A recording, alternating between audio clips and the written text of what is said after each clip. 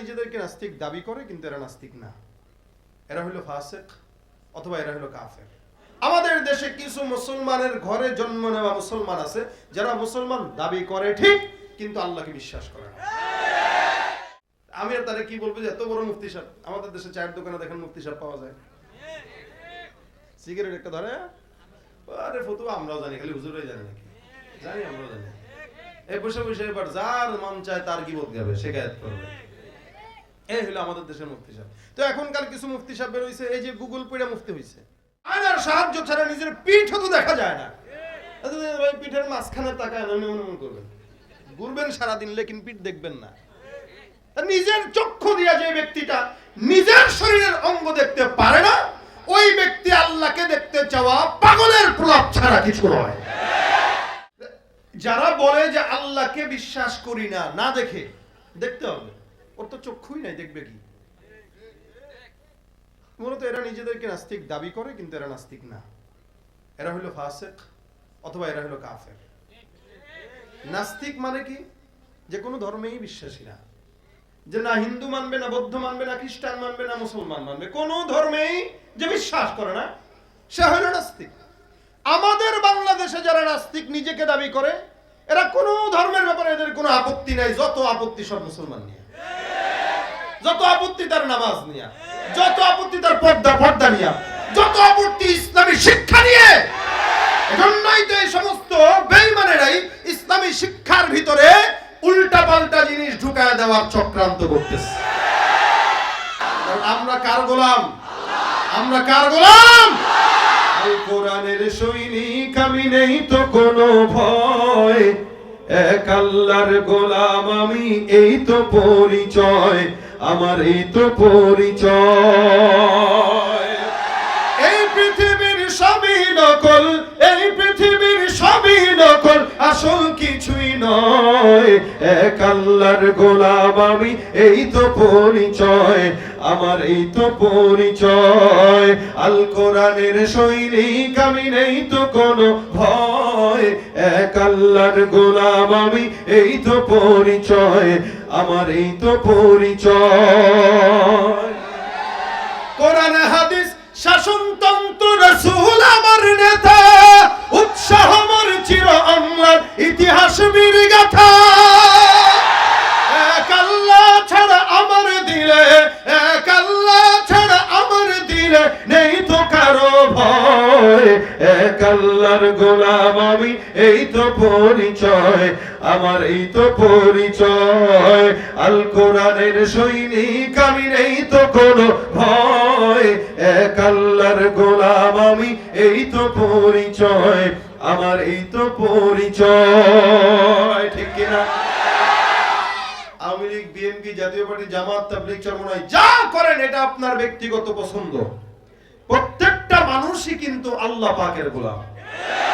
এ ব্যাপারে কোনো সন্দেহান আছে? না দেখে বিশ্বাস করার নাম ঈমান। আমাদের দেশে কিছু মুসলমানের ঘরে জন্ম নেওয়া মুসলমান আছে যারা মুসলমান দাবি করে ঠিক, কিন্তু আল্লাহকে বিশ্বাস করে না। মুসলমানের সন্তান আল্লাহকে বিশ্বাস করে না, জান্নাত বিশ্বাস করে না। কেন? বলে যেটা দেখি না ওটা মানি না। এই আহাম্মকরে তার নিজের পিঠের ভিতরে একটা ঘুষি দিয়ে কইবেন, দেখছস নি ঘুষি? পারবে দেখতে? আচ্ছা বাদ দিলাম, আরো কাছে আসি। আমার চুল মাথার উপরে যেটা আছে টান দিয়া দেখতে পারবো? আয়নার সাহায্য ছাড়া নিজের চুলও তো দেখা যায় না, আয়নার সাহায্য ছাড়া নিজের পিঠও তো দেখা যায় না। ভাই পিঠের মাঝখানে তাকায় অনুমান করবেন, ঘুরবেন সারাদিন, লেকিন পিঠ দেখবেন না। নিজের চক্ষু দিয়া যে ব্যক্তিটা নিজের শরীরের অঙ্গ দেখতে পারে না, ওই ব্যক্তি আল্লাহকে দেখতে চাওয়া পাগলের প্রলাপ ছাড়া কিছু নয়। যারা বলে যে আল্লাহকে বিশ্বাস করি না, না দেখে দেখতে হবে, ওর তো চক্ষুই নাই, দেখবে কি? মূলত এরা নিজেদেরকে নাস্তিক দাবি করে, কিন্তু এরা নাস্তিক না। এরা হলো ফাসিক অথবা এরা হলো কাফের। নাস্তিক মানে কি? যে কোনো ধর্মেই বিশ্বাসী না, যে না হিন্দু মানবে, না বৌদ্ধ মানবে, না খ্রিস্টান মানবে, না মুসলমান মানবে, কোন ধর্মেই যে বিশ্বাস করে না, সে হলো নাস্তিক। আমাদের বাংলাদেশে যারা নাস্তিক নিজেকে দাবি করে, এরা কোন ধর্মের ব্যাপারে এদের কোনো আপত্তি নাই, যত আপত্তি সব মুসলমান নিয়ে, যত আপত্তি তার নামাজ নিয়ে, যত আপত্তি তার পর্দা নিয়ে, যত আপত্তি ইসলামী শিক্ষা নিয়ে। এজন্যই তো এই সমস্ত বেঈমানেরাই ইসলামী শিক্ষার ভিতরে উল্টা পাল্টা জিনিস ঢুকায় দেওয়ার চক্রান্ত করতেছে। নিজের সন্তানকে যদি নামাজি বানাইতে চান, নিজের সন্তানকে যদি ইমানদার বানাইতে চান, অবশ্যই আলু ভর্তা বানানো শেখানোর দরকার নাই, আর বানরের জাত হওয়া দরকার নাই, সমকামিতাও শেখা দরকার নাই। মাদ্রাসার ভিতরে ভর্তি করায় দেন, ইনশাআল্লাহ মানুষের মতো মানুষ হবে। যতদিন পর্যন্ত আমাদের দেশের শিক্ষানীতির ভিতরে পরিবর্তন না আসবে, আমাদের উচিত ইমানদার হিসেবে এই শিক্ষাকে বয়কট করা। ইমানের কারণে, অন্য কোনো কারণে না। কারণ আমরাও চাই এদেশের মানুষ ইঞ্জিনিয়ার হোক, ডাক্তার হোক, শিক্ষিত হোক, স্কলারশিপ পেয়ে বিদেশে যাক, এটা আমরাও চাই। তবে হ্যাঁ, ইসলামকে বাদ দিয়ে নয়। ডাক্তার হবে, মৌলিক শিক্ষা ইসলাম দিয়ে দেন, ও ডাক্তার হবে ইউনাইটেড হাসপাতালের মতো কসাই করে বাচ্চাকে হত্যা করবে না। ইঞ্জিনিয়ার হবে, রডের পরিবর্তে বাঁশ দিবে না, যদি ইসলামী শিক্ষা ভিতরে থাকে। কোরআনের শিক্ষা দামি শিক্ষা ভাই। আপনি হইতে পারেন নাই তো কি আপনার সন্তানকে হওয়ান, এটার ফল ভোগ করবেন না? আমি আর তারে কি বলবো যে এত বড় মুফতি সাহেব, আমাদের দেশে চায়ের দোকানে দেখেন মুফতি সাহেব পাওয়া যায়, সিগারেট একটা ধরে, আরে ফতুয়া আমরাও জানি, খালি হুজুরাই জানে নাকি? জানি, আমরাও জানি। এই বসে বসে এবার যার মন চায় তার কি বলতে হবে, শেখায়ত করবে। এই হলো আমাদের দেশের মুফতি সাহেব। তো এখনকার কিছু মুফতি সাহেব বের হইছে, এই যে গুগল পড়ে মুফতি হইছে। গুগল ম্যাপ দেখে যদি রাস্তার লোকেশন ধরেন, মাঝে মাঝে পুকুরের মধ্যে নিয়েও নামায়। আমার যে কতবার পুকুরে নিছে, বাসায় যদি মানুষের বাসার উঠানের মধ্যে, ওরে কান ধরছি, গুগল মুফতি সাহেবের ফতোয়া গ্রহণ করব না, প্রয়োজনে 10 জনে জিজ্ঞাসা করব। এখন কেউ যদি গুগলে জিজ্ঞাসা করে মুফতি সাহেবগিরি করে, বুঝতে হবে ও জাহান্নামের রাস্তায় যাবে। এই গুগল মুফতি তাকে জাহান্নামের রাস্তায় নিয়ে ছাড়বে। আপনি গালি দিলেও আমাদের আকাবিরদেরকে মনে রাখবেন, আল্লাহ পাক তাদেরকেই জান্নাতি বলেছেন যারা অতীতে চলে গেছে। পড়েন নাই? আস-সাবিকুন আস-সাবিকুন উলাইকাল মুকাররাবুন ফি জান্নাতিন নাঈম সুল্লাতুম মিনাল আউয়ালিন ওয়া কলিলুম মিনাল আখিরিন। বলেন তো আয়াতগুলো কার? আমার বাপের? এই এলাকার ইমামের? কে বানিয়েছেন? আল্লাহ পাক ডাক দেয়া বলেন, যারা অতীতে চলে যায় তারাই ঈমানদার, ওরাই অগ্রগামী, তারাই জান্নাতি। নবী করিম সাল্লাল্লাহু আলাইহি ওয়াসাল্লাম বলেন, পূর্ববর্তী মানুষদেরকে গালি দেওয়ার কোনো দরকার নাই। এরা যত নিকটবর্তী, যত জামানা পিছনের দিকে, যত জামানা সামনের দিকে, ততই মানুষগুলো জাহান্নামের দিকে যায়। অর্থাৎ নবী করিম সাল্লাল্লাহু আলাইহি ওয়াসাল্লাম বিদায় হয়ে গেছেন 1450 বছর হয়ে গেল প্রায়। আজকের থেকে 100 বছর আগে যারা জমিনের মধ্যে আসলো, এই সমস্ত বান্দাদের থেকে 100 বছর পরে যারা জন্মগ্রহণ করলো তারা খারাপ। 100 বছর আগে যারা জন্মগ্রহণ করেছে তারা আমার নবীর 100 বছর আগে নবীর নিকটবর্তী হয়ে গেছে। আজকের সন্তান আগামী 1 সপ্তাহ পরের সন্তান থেকে 1 সপ্তাহ হলে উন্নত। কারণ জামানা যত সামনের দিকে যায় ফিতনা তত বাড়ে। জামানা যত সামনের দিকে আগায়, উন্নত নাম দিয়ে, ডিজিটাল নাম দিয়ে ফিতনা আমাদের সামনে আসে।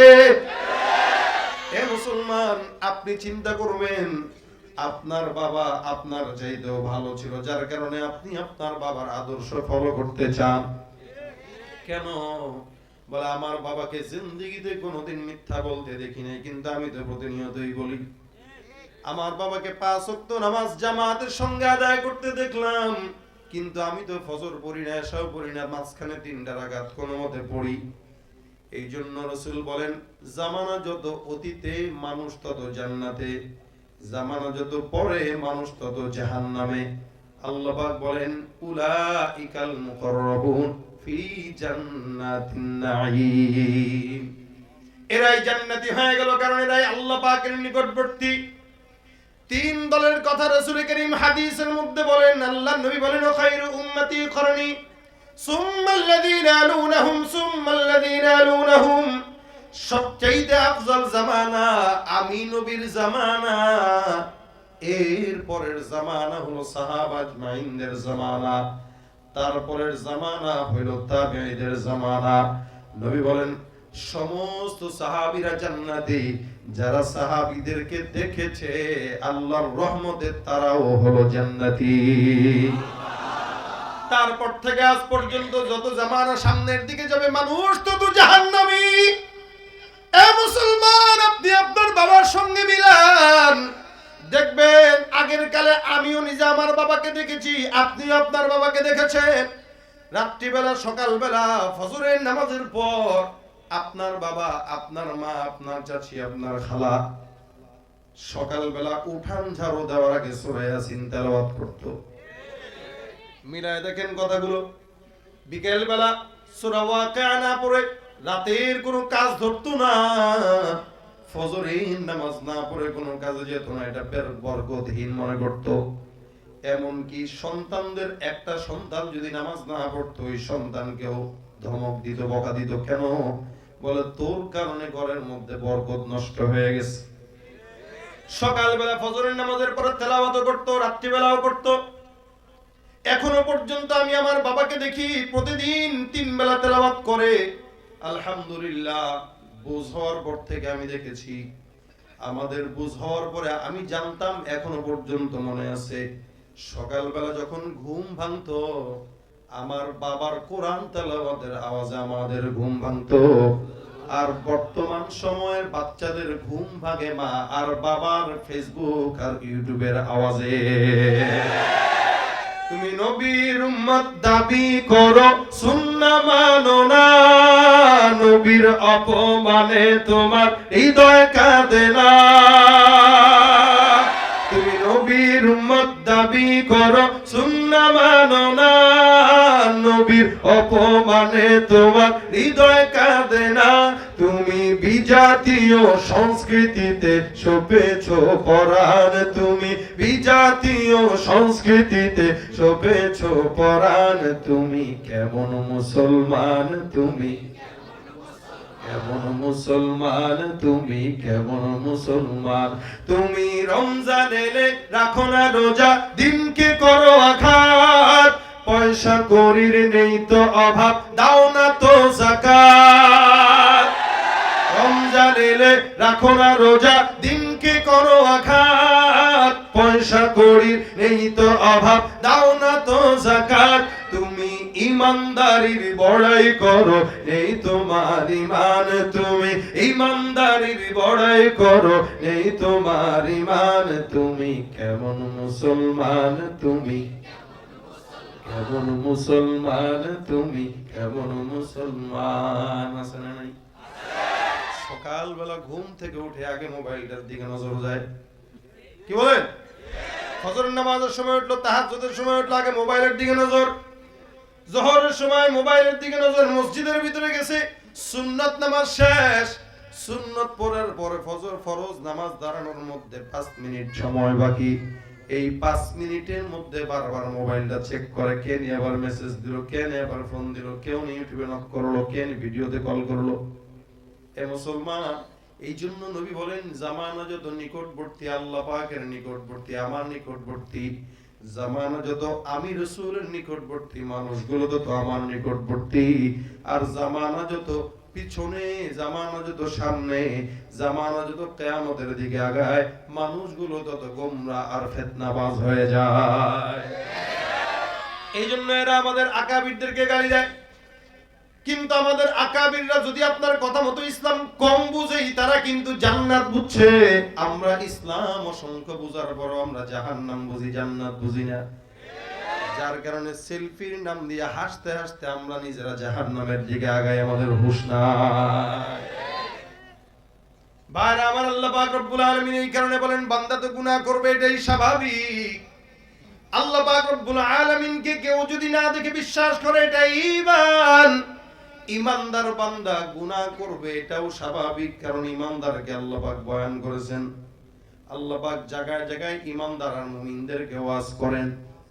এ মুসলমান, ইমানদার বান্দা ঈমান আনার পর বান্দার সর্বপ্রথম অন্যতম একটা কাজ কি?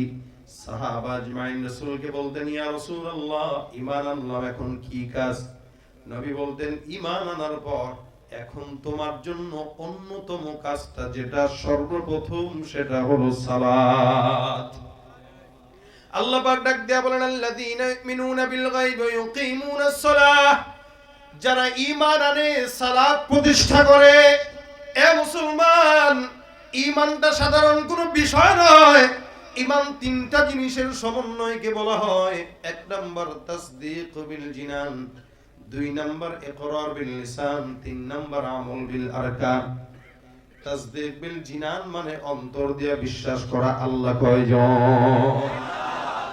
ইহুদিরাও বিশ্বাস করে আল্লাহ আছে, নাসারাও বিশ্বাস করে আল্লাহ আছে। কারণে তাদেরকে যদি প্রশ্ন করা হয় ওয়ালা ইন সাআলতাহুম মান খালাকাস সামাওয়াতি ওয়াল আরদা লা ইয়াকুলুনা আল্লাহ, বলো আসমান আর জমিন বানাইলো কে?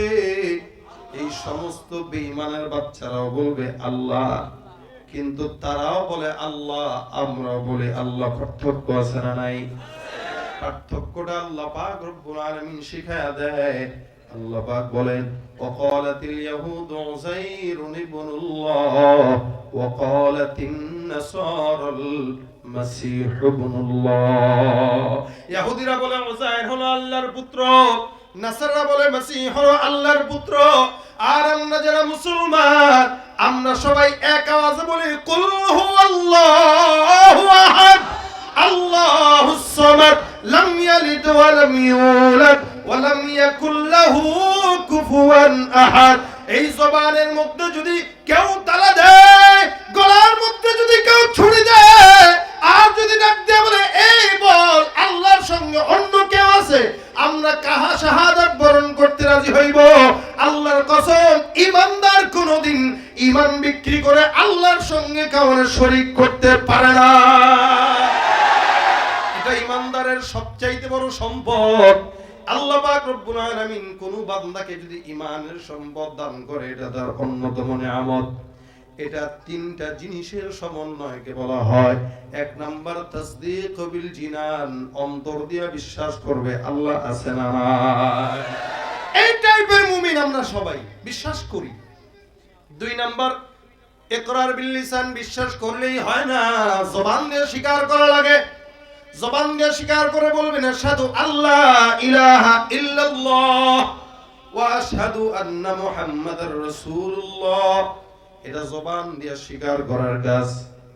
এই জন্য নবী বলেন জাদ্দিদু ঈমানাকুম, ঈমানকে নবায়ন করো। কারণ আমরা আমাদের গুনাহের কারণে অসংখ্য সময় আমরা ঈমান হারা হয়ে যাই।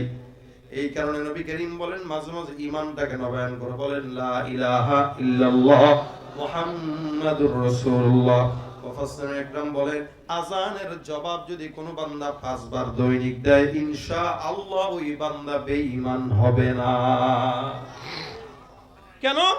আযানের জবাব দিতে গেলে কালেমা পড়া লাগে কি লাগে না? লাগে। তো সুতরাং আযানের জবাব 5 বার দিবেন অন্তত, ঈমানদার যদি থাকতে চান।